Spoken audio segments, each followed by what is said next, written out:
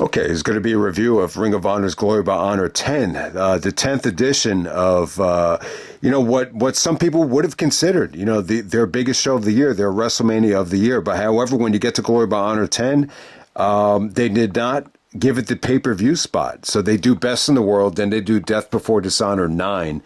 But then by the time you get to November, straight to DVD. But good thing about it is it's in Chicago. It's in, their second biggest market. So it definitely felt like a good show, like a big show. But I think it's gone kind of forgotten, because, this is about the road to Final Battle. Final Battle was a huge show, got a lot of criticism. There was a lot of build up there, but, Glory by Honor 10 is really like the forgotten show. Out of that bunch. And, one of the things, and it definitely needs a remix. This is going to get a remix because, if you watch the original review, there's a couple of reasons why. But I wanted to remix it because I just wanted to, find out, like, where was the show where they decided not to, treat Glory by Honor with the respect that it deserves in terms of the legacy. I guess this is like in terms of, the accessibility of it. I think this would be it. I like the fact that you could actually, go to the shows live and they don't come out on DVD for a couple of months. I think it makes those shows feel exclusive. You could do the live reviews, which were, at the time were very valuable. It gave people an insight to see, how good the show was, and then you have the anticipation for the DVD. There's definitely like some good things about that, but at the same time, the other side of it is, you want people to see these shows. If you don't have the ability to see it, how are you supposed to know how good the show is? And it's asking a lot, especially at that time, for people to go to ROHWrestling.com and actually buy the DVD and submit their credit card number and. You got to wait for the shipping and everything. I understand it's a process, but that's why the show has gotten so forgotten. The main event is great, though, man. Everybody should check out the main event. I really was in the mood to see, Davey Richards, one of his better title defenses in this whole reign. The reign, when you look back on the reign, like there really was some great stuff. And the match against Elgin, that's one of the best matches of all time. Like it really is. Man, like that match is so incredible. Like I really want to watch that again too. But yeah, this match with Generico is really not far behind. Yeah, I mean it might be the best match they've ever had. I mean, it's definitely got some competition, but I think the main event is awesome. I just think the Kevin Steen stuff here. I definitely think it to me, like it took away from the show. I didn't like a lot of the stuff that Kevin was saying. He was saying that he was stealing the shows without even wrestling.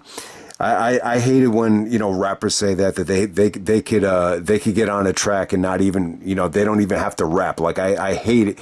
I hate that type of, mentality. But, Kevin was doing it though. Like he was, there are times where if you hijack a show and you create this viral moment where the cops come and Cornette is kicking you out of the building, that's what kind of creates the gossip with whatever the social media or the discussion after the show, and it's a shame because it kind of takes away from what was a great main event here. In terms of the undercard, very frustrating to watch. There seemed to be a lot lacking here. It really did. I don't know what the problem was. I think you could say it's the length of the matches. I don't want to get on the commentary. You got Kevin Kelly and Prazak on commentary, which is a good team. And I'm saying like, the show doesn't suck because Gabe Sapolsky's not on commentary. That has nothing to do with it. I don't know what it was here. There seemed to be like a lack. They don't have the video wire attached to this show, but for whatever video wire, whatever promos they uploaded, it just didn't work, like in terms of getting people excited for the undercard for the show. So the first match of the night, you got Michael Elgin, Adam Cole, Grizzly Redwood, and Mike Bennett, 4-corner survival match. Wasn't feeling it. It wasn't bad, but I just thought this mix was just lifeless. I do not know what happened here. Elgin definitely looked good. He goes over, which is definitely the right call. I just feel like you could have gotten, much more out of Michael Elgin and Adam Cole on one of the biggest shows of the year. And, Mike Bennett did not connect well with the fans here. Next up, you have Jimmy Jacobs coming out there with Steve Corino. So remember at this time, Jimmy and Corino are not with Kevin Steen. They're not on his side. Kevin Steen is I don't know what he is. Is he a heel? Is he a tweener?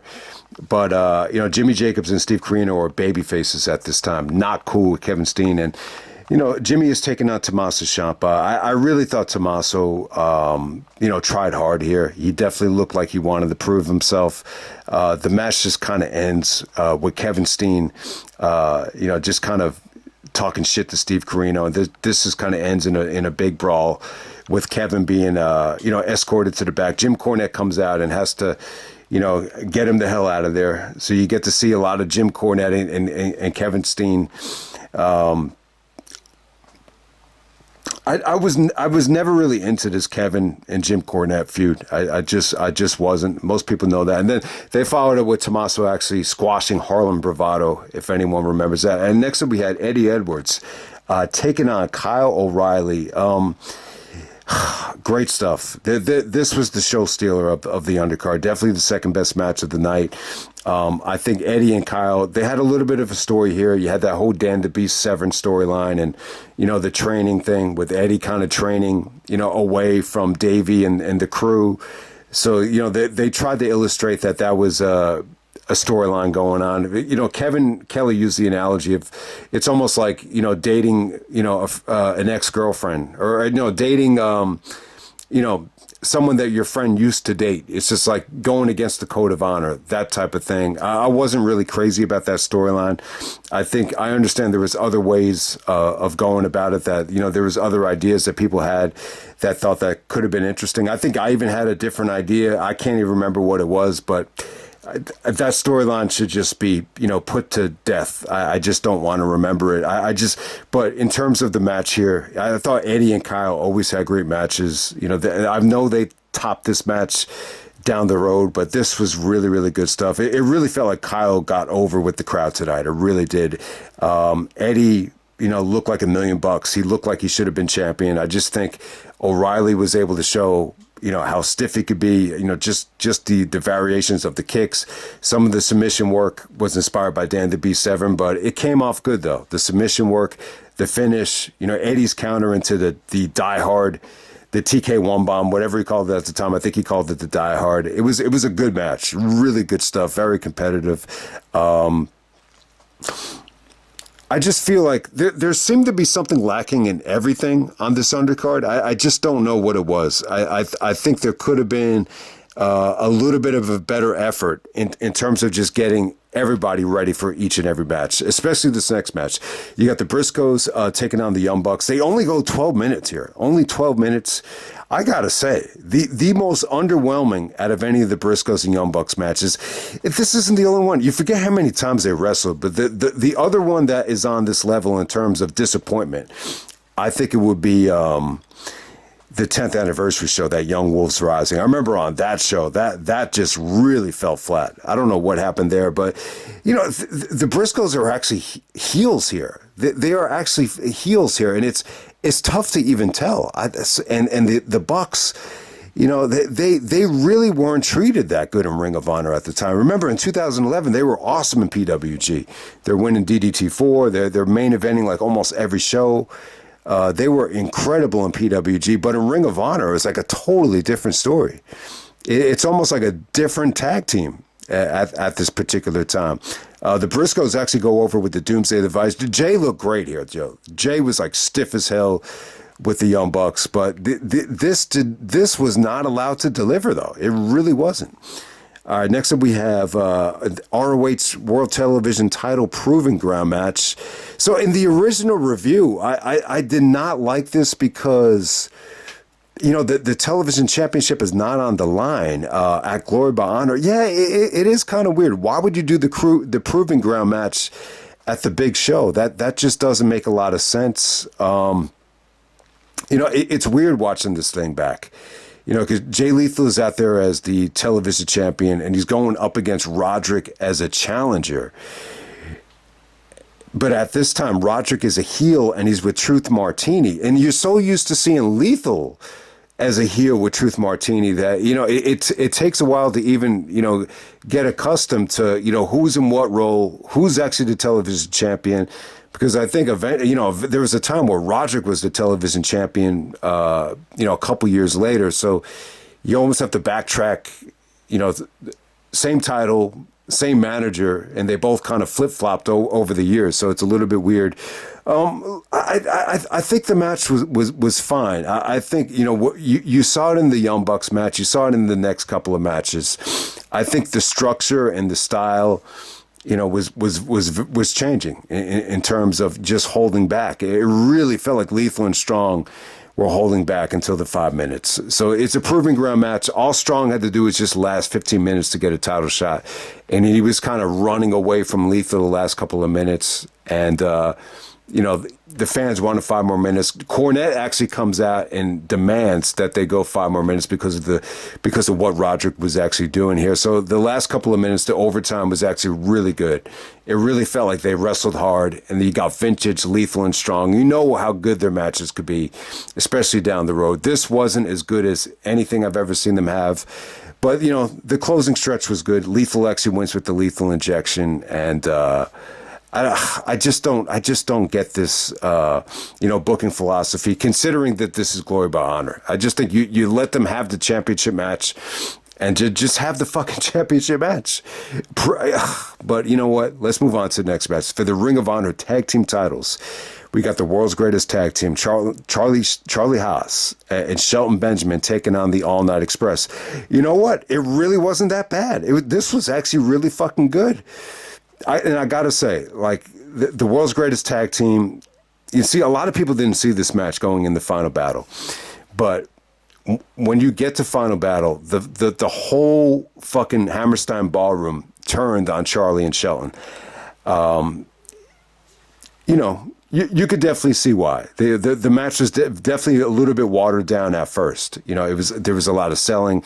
It's very much like an OVW, WWE style match. And Charlie does not look good in terms of mobility and his movements. I think Shelton was okay here. He's working through a rib injury. But I gotta say, I think the match definitely did have some moments. I think the House of Pain, like, I didn't think Charlie looked good here at all, but God damn it, the House of Pain was a cool finisher, or cool submission move. But, I gotta say though, Kenny King and Shelton Benjamin, they had great chemistry here. Definitely think Kenny King had a lot of speed here. He just had a lot of juice, man. He had some really good moments. There was a really awesome counter to Shelton's, Falcon Arrow with, All Night Express hitting their finisher, that neck breaker finisher. That was awesome. The match actually got This Is Awesome chance. They go 22 minutes. So I got to say, it was pretty damn good. It really wasn't that bad. This is up there with second or third best match of the night. It's really good. I was impressed with Kenny King and Red Titus. I like their little entrance too, like how they get so hyped with the rap music. What's the name of that rap group? I think it's called Waste Management. But yeah, it was really good. The last couple of minutes were really good. A lot of people didn't like that Charlie and Shelton finisher. It was like a double power bomb. I didn't think it was awful, but I could see why some people thought it fell flat. All right, next up we had Davey Richards actually taking on El Generico for the Ring of Honor World title. And it was cool to see Davey as champion. What was really going through my head was that soundbite where he said that, one of the things he regrets about being champion was he felt a lot of pressure to just, change everything. It's like, now I'm champion. Now I got to change. I got to change. It's really, really weird. So in this situation, anytime someone's going to give you the championship, they're giving it to you based on what you've previously done. So you don't really need to change anything. I think, in a situation where you need to change, is if something has not been going right and you've been struggling and you realize, all right, I need to change. I need to change the way I look. I need to change the way I talk to people because things just aren't going right. But if you're being rewarded for what you've just done, then you don't need to change anything. He just should have kept doing what he was doing in terms of, the ring attire, the intensity, just what brought him to the dance. And I think that's what Davey kind of realized, like, once this championship reign was over. But Davey versus Generico, you know how good these guys are. They almost stole the show at the 8th anniversary show. The match from the 8th anniversary show is great too. I mean, it's tough to pick what's the bigger match. That was like an undercard match, but this is totally different because it is the main event. I wish there would have been a little bit more story going into it, and Generico cutting promos, or just do something to hype this match up. I just don't remember them doing anything. There's no video package here, but God damn it, man, they go a half hour. It's really, really fucking good. Davey at the time, he looks pretty happy. Like, he looks motivated. He looks like he's, in a nice little rhythm. And, Generico, him and Generico just have, anytime you put Generico in a fucking Ring of Honor main event, it's always going to be great. And he probably is the best wrestler, the most decorated Ring of Honor wrestler never to be ROH champion. It's a shame he never won the ROH title. I wish he had. I really wish he had. He's won the PWG title, but never the ROH title. And there really wasn't one moment where you thought Generico was going to win this match. I think that's the only thing that I would say is a negative about this. The only time where you said, maybe he has a chance, he actually locked in a sleeper. And it was just like, man, how is he going to do that? And then Davey actually countered into an ankle lock. But I gotta say, if you haven't seen this thing, it's just red hot. It's just fast paced. Davey's kicking the shit out of Generico. Generico had some sweet counters for a lot of Davey's offense, like that springboard handstand. I just thought Generico's counter to that was really, really sweet. But if you have not seen this thing, though, there's a couple of just like holy shit moments. And one of them is, Generico's brainbuster. So we've seen it a million times recently where a guy will give a guy like a brainbuster on the edge of the ring apron. In this situation here, it's totally different. It's a brainbuster drop on the edge of the ring apron. So Generico does it standing up, and then he does the brainbuster on the middle of the ring apron, but it's almost like a drop where Generico's dropping to the mat in the middle of actually doing the brainbuster. So in some ways, it's the sickest brainbuster ever on the edge of the ring apron. It really, really is. It's an awesome spot. It's almost as deadly as, when Kenta did the Falcon Arrow, the Davey, on the mat. But this one is a drop onto the middle of the ring apron. It's really cool. You have to see it to believe it. A lot of people thought Davey was done after that. So I'll give Generico credit. That was another good near fall there. But you kind of knew Davey was going to kick out. That's kind of one of the things that Davey's gotten a little bit of criticism for in this ring. I remember, like, even on the high spot shoot, they asked him, how would you respond to the criticism of the lack of selling? He just admitted it. He's like, yeah, maybe I should sell a little bit more. But I think the other criticism was that, a lot of his matches would go into like near fall overkill, where you got Davey, kicking the shit out of Generico a million times, and Generico's kicking out of like a million kicks.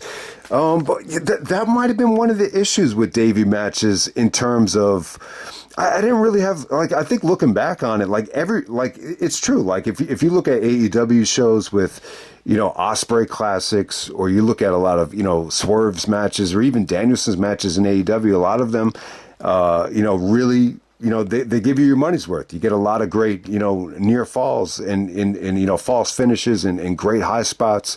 So it's not really that big of a deal. But I think it's not so much the overkill.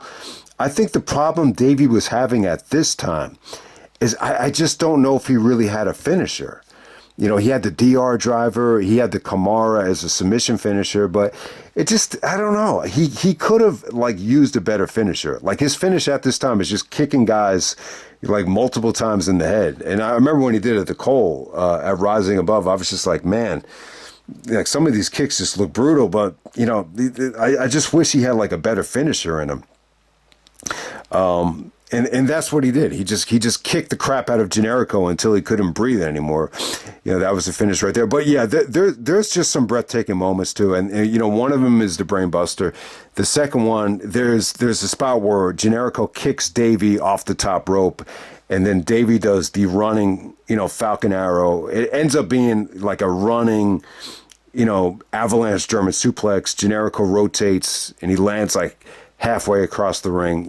That was pretty awesome as well. But It's definitely a great main event. It's definitely great. You know, Davey looked legitimately pissed when Kevin Steen, you know, came out after it was over.